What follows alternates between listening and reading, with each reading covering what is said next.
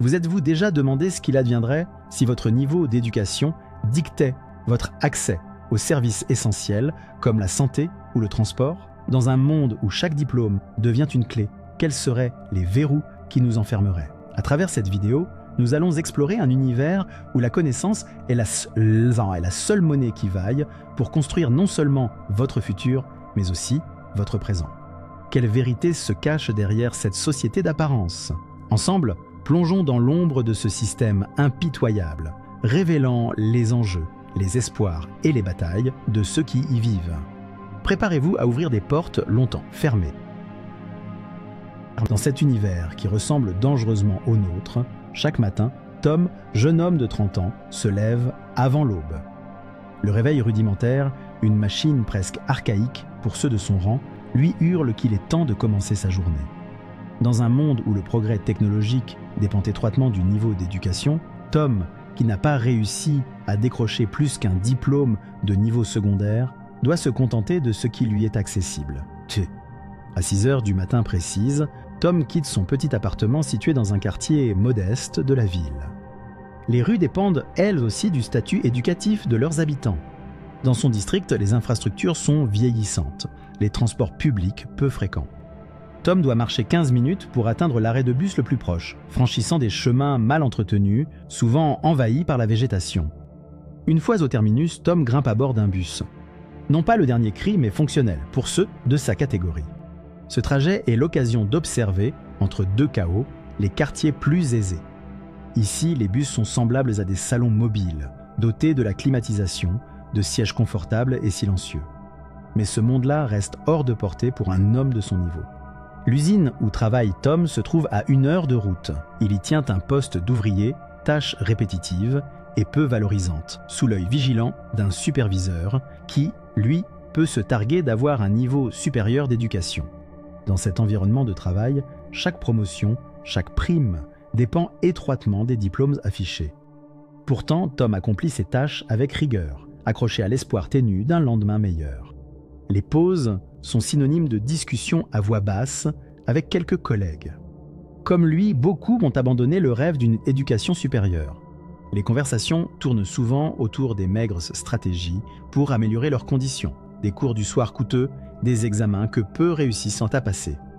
Tom, optimiste malgré tout, partage ses idées tout en se demandant si un jour le changement arrivera pour eux. La fin de la journée se déroule de la même manière qu'elle a commencé, avec un retour en bus. De retour chez lui, Tom se prépare un repas simple. L'accès limité à des ressources de qualité se fait ressentir jusque dans son assiette. Pourtant, il garde une routine qui nourrit son corps et son esprit. Le soir, devant sa télévision basique, un symbole de cette fracture éducative, il pense à ses rêves. Il sait que la technologie, les services médicaux de pointe, une qualité de vie améliorée, tout cela reste l'apanage des plus instruits. Le contraste se fait chaque jour un peu plus mordant, mais il continue de puiser une certaine force dans cette réalité. La journée de Tom offre un aperçu cruel mais véridique du quotidien dans ce monde où l'éducation décide de tout. Les barrières invisibles, mais présentes, entre couches sociales fondées sur le savoir, sont infranchissables sans les bons certificats.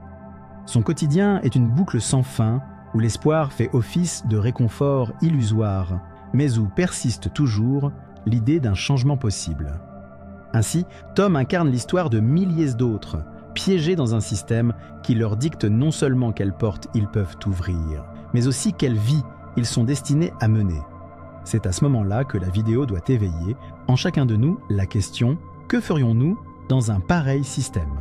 Resterions-nous dociles ou chercherions-nous à ébranler cette hiérarchie fondée sur l'éducation et les opportunités biaisées ?» Assis sur son vieux fauteuil, il sait qu'il n'est pas seul à nourrir des rêves de justice et d'accès égal aux services publics. Pour Tom, comme pour beaucoup d'autres, la bataille continue. Dans ce monde si oppressant, où l'éducation est la clé de voûte de chaque aspect de la vie, les technologies que nous utilisons quotidiennement deviennent aussi des symboles de division sociale. Tom, notre protagoniste, se débrouille avec un vieux téléphone basique.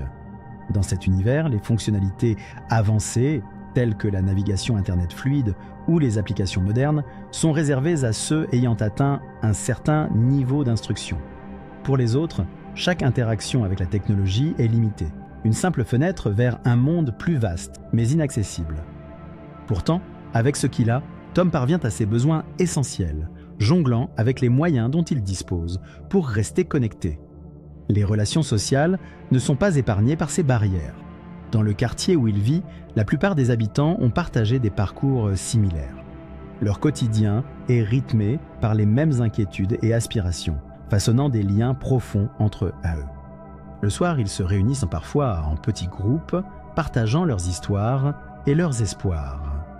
Malgré la route semée d'embûches, Tom voit une lueur au bout du tunnel. Mais au travail, c'est une autre histoire. Les dirigeants, souvent plus instruits, gardent leur distance, vivant dans une bulle, où le regard des ouvriers comme Tom n'est qu'une ombre parmi tant d'autres. Pourtant, Tom garde espoir, se liant d'amitié avec quelques collègues, rêvant ensemble de jours meilleurs malgré les obstacles. Sur le plan personnel, la lutte pour maintenir son bien-être devient une épreuve de tous les jours. Tom ressent souvent le poids de l'incertitude et des restrictions. Mais à chaque défi, il s'efforce de trouver un moyen de le surmonter. Les promenades en plein air, dans les rares espaces verts de son quartier, lui offrent un répit. Ces moments, même simples, représentent pour lui un fragile équilibre. Chaque jour, Tom cultive une résilience face à ce monde qui semble se refermer encore et encore sur lui. Pourtant, en dépit des difficultés, Tom ne demeure pas passif. Il est attentif aux initiatives locales. Des associations, composées d'autres habitants, commencent à s'organiser et à militer pour un changement dans les politiques éducatives. Ces mouvements offrent à Tom un élan d'espoir nouveau, une lueur dans une vie qui autrement pourrait sembler figée.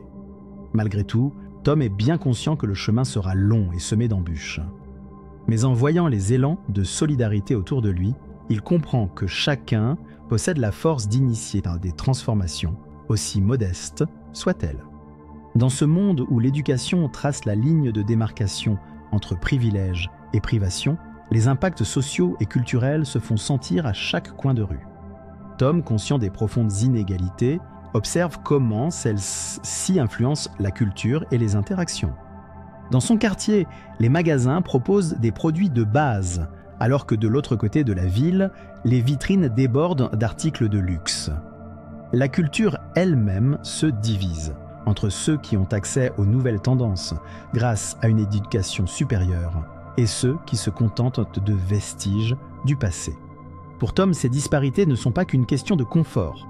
Elles soulèvent des dilemmes éthiques profonds. Il se demande souvent pourquoi des services vitaux, comme les soins médicaux de qualité ou l'accès à une bonne éducation et éducace pour ses futurs enfants, sont réservés à ceux qui peuvent aligner les diplômes. Ces questions le hantent, Tacite lors de ses trajets en bus, où il voit des publicités promettant un monde meilleur qui lui semble inatteignable. Ce monde divisé pousse notre protagoniste à s'interroger sur sa place.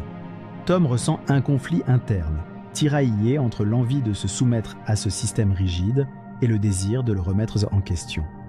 Ses conversations avec ses compagnons de travail se chargent de cette frustration, donnant naissance à un sentiment collectif de vouloir changer les choses. Pourtant, le chemin semble long et ardu. Chaque pas vers l'avant se heurte à une porte bien gardée par des exigences qu'il ne peut pour l'instant que rêver de satisfaire. Face à ce quotidien oppressant, Tom se met à imaginer un avenir différent.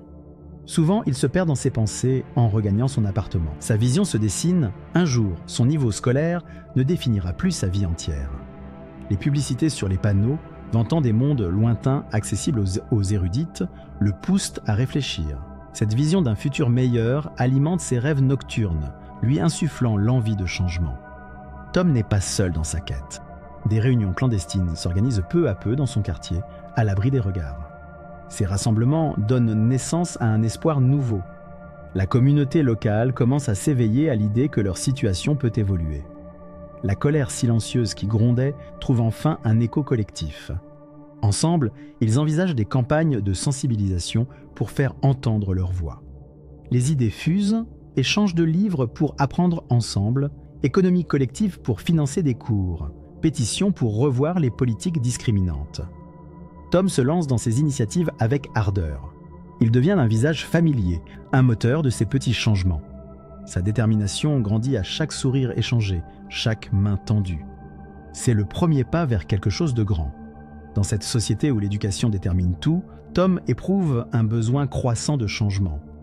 Sa prise de conscience collective avec ses voisins le pousse à agir. Réunissant ses camarades du quartier, il participe à des manifestations silencieuses, brandissant des pancartes, portant un message clair, réclamant des droits égaux. Désormais, il incite chacun à rêver d'un monde où tous peuvent accéder aux services de base, indépendamment des diplômes. Pour le jeune homme, une nouvelle ère commence.